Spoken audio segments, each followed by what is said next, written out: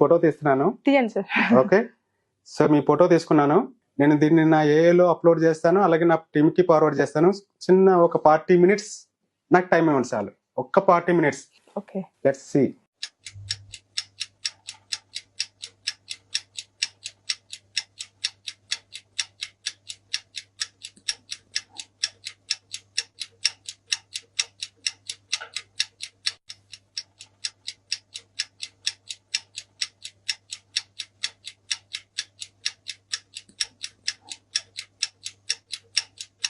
మీది రెడీ అయింది, చూస్తారా? ఖచ్చితంగా చూడాలి కదా సార్. ఓకే, చూడండి. కానీ అది ఒకటే నాకు డౌట్ అండి, ఎందుకు నన్ను మనీ అడుగుతున్నారు మీరు? నేను ఎప్పుడు అడిగాను సార్? ఎందుకండి నన్ను ఒక వీడియో పంపించి మనీ డిమాండ్ చేస్తున్నారు, అంటే రిక్వెస్ట్ చేస్తున్నారు? నాకేం అర్థం కాలే. మీకు ఏమైంది సడన్ గా ఏంటి అని చెప్పి. ఏంటంటే ఇదిగోండి ప్రూఫ్. చిరంజీవి సార్, ఏం లేదు సార్, నాకు ఒక చిన్న హెల్ప్ కావాలి సార్.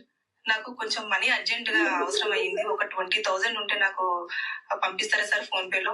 నేను మళ్ళీ ఇమీడియట్ గా నాకు శాలరీ రాగానే నేను మళ్ళీ మీకు డిపాజిట్ చేస్తాను సార్. ప్లీజ్ సార్, నేను మళ్ళీ వివరాలన్నీ కూడా నేను మీకు చెప్తాను. నాకు అర్జెంట్ గా అయితే ఒక 20,000 పంపించండి సార్.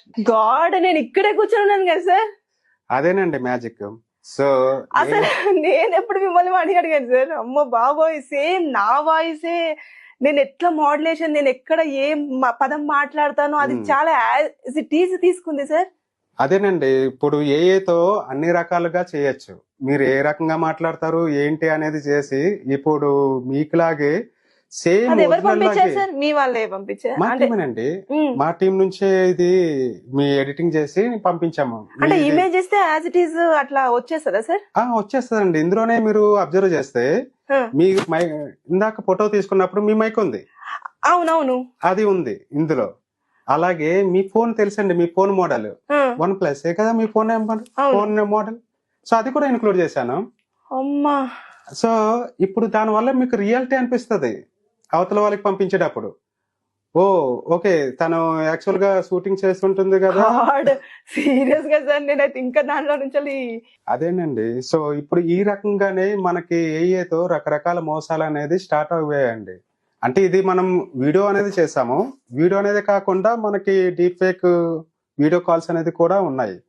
అలాగే వీడియోస్ కూడా సెండ్ చేయడం జరుగుతుంది. వాయిస్ మెసేజ్లు కూడా సెండ్ చేయడం జరుగుతుంది. వాయిస్ మార్పింగ్ చేయొచ్చు, వీడియో మార్పింగ్ చేయొచ్చు. ఇప్పుడు ఇది వీడియో వచ్చింది సార్, మీరు సబ్జెక్ట్ పంపించారు, తీసుకున్నారు అలా.